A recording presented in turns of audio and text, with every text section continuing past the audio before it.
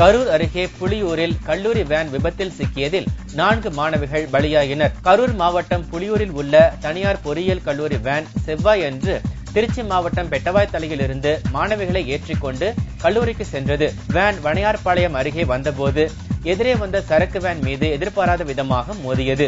இந்த விபத்தில் கோகிலா, ரபீனா பானு உட்பட மாணவிகள் 4 பேர் சம்பவ இடத்திலேயே உயிரிழந்தனர். படுகாயமடைந்த நிலையில் 10க்கும் மேற்பட்ட மாணவிகள் மீட்கப்பட்டு சிகிச்சைக்காக கரூர் தனியார் மருத்துவமனை ஒன்றில் சேர்க்கப்பட்டனர். விபத்து குறித்து மாயனூர் போலீசார் விசாரணை நடத்தி வருகின்றனர். பாபர் மசூதி இடிப்பு வழக்கில் அத்வானி உள்ளிட்ட தலைவர்களுக்கு உச்சநீதிமன்றம் நோட்டீஸ் அனுப்பியுள்ளது.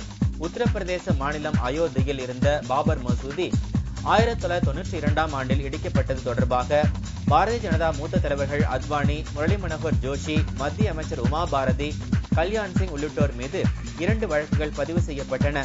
பாபர் மசூதியை இடிக்க சதி செய்ததாக பதிவு செய்யப்பட்டிருந்த குற்றச்சாட்டுகளில் இருந்து அத்வானி உள்ளிட்டோரை அலகாபாத் உயர்நீதிமன்றம் 2010ஆம் ஆண்டில் விடுவித்தது. அதை எதிர்த்து மெஹபூப் அகமது என்பவர் தொடர்ந்த வழக்கு செவ்வாயன்று உச்சநீதிமன்றத்தில் விசாரணைக்கு வந்தது. அத்வானி உள்ளிட்ட 21 பேருக்கு நோட்டீஸ் அனுப்ப உத்தரவிட்ட நீதிபதிகள் 4 வாரங்களுக்குள் பதில் மனு தாக்கல் செய்யும்படி உத்தரவிட்டுள்ளனர். மத்திய அமைச்சரவையில் தனி பொறுப்புடன் கூடிய மத்திய இணை அமைச்சர்களுடன் பிரதமர் நரேந்திர மோடி செவ்வாய் அன்று காலை ஆலோசனை நடத்தினார். இக்கூட்டத்தில் அமைச்சர்கள் பிரகாஷ் ஜவ்டேகர், ராஜீவ் பிரதாப் ரூடி, நிர்மலா சீதாராமன், ஜிதேந்திர சிங், பியூஷ் கோயல், சர்பானந்தா சோனோவால், தர்மேந்திர பிரதான் மற்றும் பாரதிய ஜனதா தலைவர் அமித் ஷா ஆகியோர் கலந்து கொண்டனர். அப்போது மத்திய அரசு 10 மாதங்களில் செய்து முடித்துள்ள பணிகள் குறித்து மக்கள் என்ன நினைக்கிறார்கள் என்பது குறித்தும், மத்தியில் ஆட்சி பொறுப்பேற்று ஓராண்டு அவதியொட்டி சாதனை பட்டியலை தயாரிப்பது குறித்தும் ஆலோசிக்கப்பட்டதாகவும் தில்லி வட்டாரங்கள் கூறுகின்றன.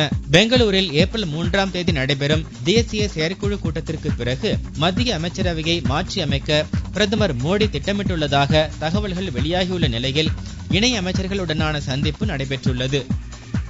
சட்டசபையில் அமளியில் ஈடுபட்டதாக ஏற்கனவே இடைநீக்கம் செய்யப்பட்டுள்ள தேமுதிக எம்எல்ஏக்கள் 6 பேர் அடுத்த கூட்டத்தொடரிலும் 10 நாட்கள் சபைக்கு வர தடை விதிக்கப்பட்டுள்ளது. கடந்த சட்டசபை கூட்டத்தில் சபாநாயகரை முற்றுகையிட்டு அமளியில் ஈடுபட்டதாக தேமுதிக எம்எல்ஏக்கள் 6 பேர் சஸ்பெண்ட் செய்யப்பட்டனர். இப்பிரச்சினை உரிமைக்குழுவுக்கு பரிந்துரைக்கப்பட்டது.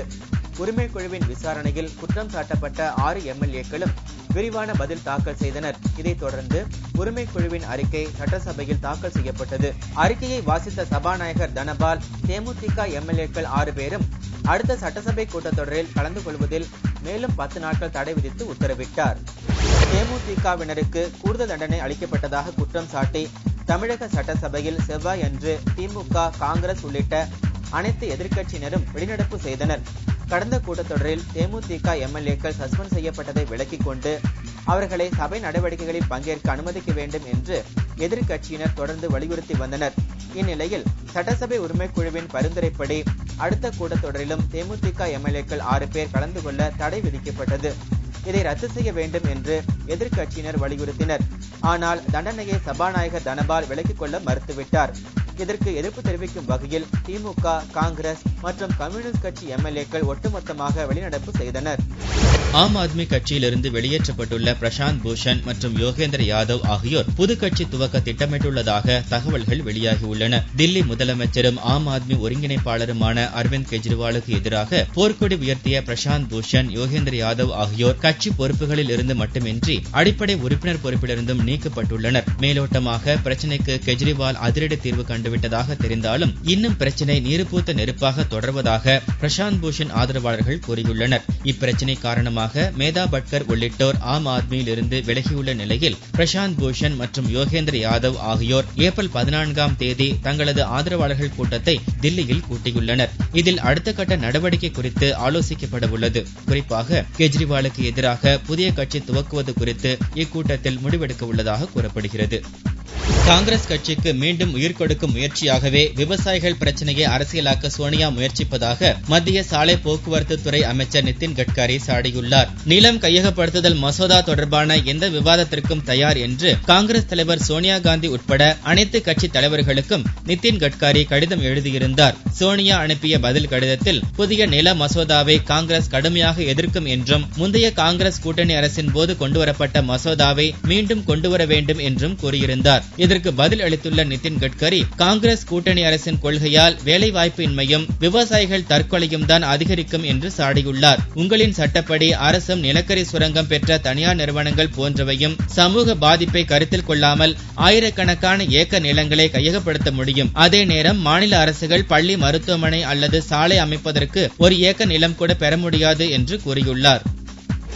காவிரியின் குறுக்கே அணை கட்டுவது கர்நாடகாவின் உரிமை என்று கூறியுள்ள அம்மாநில முதலமைச்சர் சித்தராமையா, இப்பிரச்சினை தொடர்பாக கர்நாடகாவை சேர்ந்த அனைத்து கட்சி பிரதிநிதிகளுடன் பிரதமர் நரேந்திர மோடியை சந்தித்து பேச உள்ளதாக தெரிவித்துள்ளார். மேகதாதுவில் அணை கட்டுவதை தமிழகத்தில் இருப்பவர்கள் அரசியல் பிரச்சனையாக மாற்றுவதாக குற்றம் சாட்டியுள்ள சித்தராமையா, உபரி நீரை சேமிப்பதற்காகவே இந்த அணை கட்டப்படுவதாகவும் அதில் இருந்து பின்வாங்கப் போவதில்லை என்றும் கூறியுள்ளார். மேகதாது அணை மூலம் குடிநீர் பிரச்சினைக்கு தீர்வு காண முடியும். அதே நேரம் காவிரி நடுவர் மன்றத்தின் தீர்ப்புப்படி தமிழகத்திற்கு ஆண்டுதோறும் 192 TMC தண்ணீர் விடப்படும் என்றும் சித்தராமையா கூறியுள்ளார். காஷ்மீர் மழை வெள்ளத்துக்கு பலியானோர் எண்ணிக்கை 17ஆக உயர்ந்துள்ளது. காஷ்மீர் மாநிலத்தில் கனமழையால் பல மாவட்டங்களில் வெள்ளப்பெருக்கு ஏற்பட்டுள்ளது. மழை வெள்ளத்தால் பட்காம் மாவட்டத்தில் உள்ள லேடன் கிராமத்தில் 2 வீடுகள் நிலச்சரிவில் புதையுண்டன. திங்களன்று 10 சடலங்கள் மீட்கப்பட்ட நிலையில் மேலும் 6 சடலங்கள் செவ்வாயன்று மீட்கப்பட்டன. மண்ணில் சிக்கியுள்ள இன்னொரு நபரும் இறந்திருக்கலாம் என்று அஞ்சப்படுகிறது. வெவ்வேறு சம்பவங்களில் மேலும் சிலர் பலியாகி உள்ளனர். இதுவரை 18 பேர் இறந்திருப்பதாக காஷ்மீர் அரசு தெரிவித்துள்ளது. செவ்வாயன்று மழை நின்று வெள்ளம் வடிய தொடங்கியதால் மீட்பு பணிகள் மேலும் துரிதப்படுத்தப்பட்டன. ஆனால் இவ்வார இறுதியில் மீண்டும் கனமழைக்கு வாய்ப்பிருப்பதாக வானிலை ஆய்வு மையம் எச்சரித்துள்ளது. பாகிஸ்தானில் ஹோலி பண்டிகையின் போது பாதுகாப்பு அளித்த அந்நாட்டு மாணவர்களுக்கு நெல்லையில் பாராட்டு விழா நடைபெற்றது. பாகிஸ்தானில் இமாம் பர்கா எனும் இடத்தில் இந்துக்கள் நடத்திய ஹோலி பண்டிகையில் அசம்பாவிதங்கள் ஏற்படாத வகையில் அங்குள்ள தேசிய மாணவர் கூட்டமைப்பினர் பாதுகாப்பு அளித்தனர். பாகிஸ்தான் மாணவர்களின் மதச்சார்பற்ற செயலை பாராட்டும் வகையில் நெல்லை மாவட்டம் பொட்டல்புதூர் கத்தோலிக்க கிறிஸ்தவ துவக்க பள்ளியில் அவர்களுக்கு பாராட்டு விழா நடைபெற்றது. அம்பை கலைக்கல்லூரி முன்னாள் முதல்வர் மைக்கேல் பொன்ராஜ் தலைமையில் நடைபெற்ற இவ்விழாவில் பல்வேறு அமைப்பினர் பங்கேற்றனர். புதன்கிழமை முதல் வாளையார் வழியாக கேரளாவுக்கு லாரிகள் செல்லாது என்று அறிவிக்கப்பட்டுள்ளது. கேரள மாநிலம் வாளையார் சோதனைச்சாவடி வழியாக செல்லும் தமிழக லாரிகள் பல மணி நேரம் காத்திருப்பதுடன் கழிவறை போன்ற அடிப்படை வசதிகள் இல்லை என லாரி உரிமையாளர்கள் கண்டனம் தெரிவித்துள்ளனர். இந்நிலையில் அடிப்படை வசதிகள் செய்து தர வலியுறுத்தி ஏப்ரல் 1ஆம் தேதி முதல் வாளையாறு சோதனைச்சாவடி வழியாக கேரளாவிற்கு லாரிகள் இயக்கப் போவதில்லை என்று அகில இந்திய மோட்டார் டிரான்ஸ்போர்ட் ஏற்கனவே அறிவித்திருந்தது. புதன்கிழமை முதல் வாளையாறு வழியாக லாரிகள் செல்லாது என்றும் கோரிக்கைகள் நிறைவேற்றப்படும் வரை போராட்டம் தொடரும் என்றும் லாரி உரிமையாளர்கள் தெரிவித்துள்ளனர். வேலூர் மாவட்டம் குடியாத்தம் அருகே மனைவியை கத்தியால் குத்தி கொலை செய்த கணவரை போலீசார் கைது செய்தனர். குடியாத்தம் அருகே உள்ள நரியம்பட்டு பகுதியைச் சேர்ந்தவர் போஸ் அஞ்சும் உருது மொழி ஆசிரியராக பணியாற்றி வந்தார். மேல் வழித்துணையான் குப்பம் பாலாற்றில் கடந்த 27ஆம் தேதி பலத்த காயங்களுடன் போஸ் அஞ்சும் பிணமாக கிடந்தார். போலீசார் நடத்திய விசாரணையில் போஸ் அஞ்சுமின் கணவர் இக்பால் மனைவியை பாலாற்றுக்கு அழைத்துச் சென்று சரமாரியாக கத்தியால் குத்தியும் தலையில் கல்லை போட்டும் கொலை செய்தது தெரியவந்தது. மனைவியின் நடத்தையில் ஏற்பட்ட சந்தேகமே கொலைக்கு காரணம் என்றும் தெரியவந்தது. இக்பாலை கைது செய்த போலீசார் குடியாத்தம் நீதிமன்றத்தில் ஆஜர்படுத்தி சிறையில் அடைத்தனர். மதுரை அருகே வடபழஞ்சி கிராமத்தில் நியூட்ரினோ ஆய்வு மையத்தில் துகள்கள் உணர்கருவி மற்றும் கருவியக்கம் தொடர்பான தேசிய பயிலரங்கு நடைபெற்றது. அதில் பங்கேற்ற மாணவர்களுக்கு நியூட்ரினோ ஆய்வு மையத்தின் பயன்கள் மற்றும் செயல் விளக்கம் குறித்து நியூட்ரினோ விஞ்ஞானிகள் விளக்கம் அளித்தனர். நியூட்ரினோ ஆய்வு மனிதர்களுக்கு எந்த வகையிலும் பாதிப்பை ஏற்படுத்தாது என்று அப்போது விஞ்ஞானிகள் தெரிவித்தனர். பள்ளி குழந்தைகள் விழாவுக்கு இடுப்பில் துப்பாக்கியுடன் அமைச்சர் பங்கேற்றது மகாராஷ்டிராவில் பரபரப்பை ஏற்படுத்தியுள்ளது. மகாராஷ்டிராவை ஆளும் தேவேந்திர பட்னவிஸ் தலைமையிலான அரசில் நீர்வளத்துறை அமைச்சராக இருப்பவர் கிரீஷ் மகாஜன் பாரதிய ஜனதாவைச் சேர்ந்தவர். ஜல்கவுன் பகுதியில் வாய்ப்பேச முடியாத குழந்தைகளுக்கு கல்வி உபகரணங்கள் வழங்கும் நிகழ்ச்சி நடைபெற்றது. அதில் பங்கேற்ற அமைச்சர் மகாஜன் பேண்டில் கை துப்பாக்கியை செருகிக் கொண்டு வந்திருந்தார். விழாவில் கலந்து கொண்ட போலீஸ் உள்ளிட்டோர் இதை பார்த்து அதிர்ச்சி அடைந்தனர். அமைச்சரின் செய்கையை எதிர்க்கட்சியினர் கடுமையாக விமர்சித்துள்ளனர். நாகை மாவட்டம் நாகூரில் உள்ள பழமையான ஷாகுல் ஹமீத் பாதுஷா நாயகம் தர்காவில் கடந்த 21ஆம் தேதி கந்தூரி விழா கொடியேற்றத்துடன் துவங்கியது. இந்த விழாவில் முக்கிய நிகழ்ச்சியான சந்தனம் பூசும் வைபவம் செவ்வாய் அன்று காலை நடைபெற்றது. திங்கள் அன்று இரவு துவங்கிய சந்தனக்கூடு ஊர்வலம் செவ்வாய் அன்று அதிகாலை தர்காவை வந்தடைந்தது. பின்னர் சந்தனக்கூடம் தர்காவிற்குள் கொண்டு செல்லப்பட்டு நாகூர் ஆண்டவருக்கு சந்தனம் பூசப்பட்டது. இந்த விழாவில் இசையமைப்பாளர் AR ரஹ்மான் உட்பட ஆயிரக்கணக்கானோர் பங்கேற்றனர்.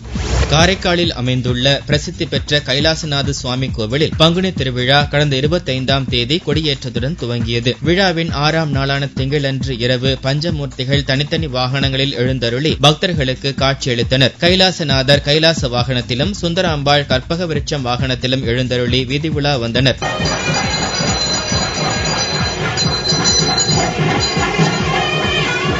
இந்த விழாவில் பக்தர்கள் திரளாக பங்கேற்று சுவாமி தரிசனம் செய்தனர்.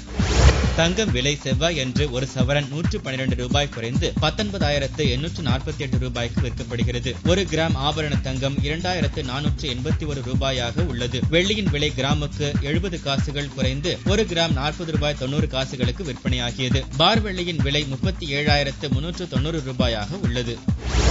நடிகர் கார்த்தி நடித்த கொம்பன் திரைப்படம் வரும் 2ஆம் தேதி திரைக்கு வருமா என்பதில் தொடர்ந்து இழுபறி நீடிக்கிறது. ஞானவேல் ராஜா தயாரித்த இந்த படத்தின் தலைப்பே வன்முறையை தூண்டும் வகையில் உள்ளதாகவும், ராமநாதபுரத்தில் இரு சமூகத்தினருக்கு இடையே 100 ஆண்டுகளாக நிலவும் பிரச்சனையை மையமாக வைத்து இப்படம் தயாரிக்கப்பட்டுள்ளதாகவும் கூறி கொம்பன் படத்திற்கு தடை விதிக்க கோரி புதிய தமிழகம் கட்சியின் தலைவர் கிருஷ்ணசாமி மதுரை உயர்நீதிமன்ற கிளையில் வழக்கு தொடர்ந்துள்ளார். வழக்கை விசாரித்த நீதிபதிகள் தமிழ்வாணன், ரவி ஆகியோர் அடங்கிய அமர்வு ஓய்வு பெற்ற நீதிபதிகள் கொண்ட குழு இப்படத்தை பார்த்து அறிக்கை தாக்கல் செய்ய உத்தரவிட்டது. அதன்படி புதனன்று காலை சென்னையில் கொம்பன் படத்தை ஓய்வு பெற்ற 2 நீதிபதிகள், மனுதாரர்களின் வக்கீல்கள் மற்றும் தயாரிப்பாளர் ஆகியோர் பார்த்தனர். இக்குழுவினர் தாக்கல் செய்யும் அறிக்கையின் அடிப்படையில்தான் கொம்பன் படம் வெளியாவதும் தடை செய்யப்படுவதும் முடிவாக உள்ளது.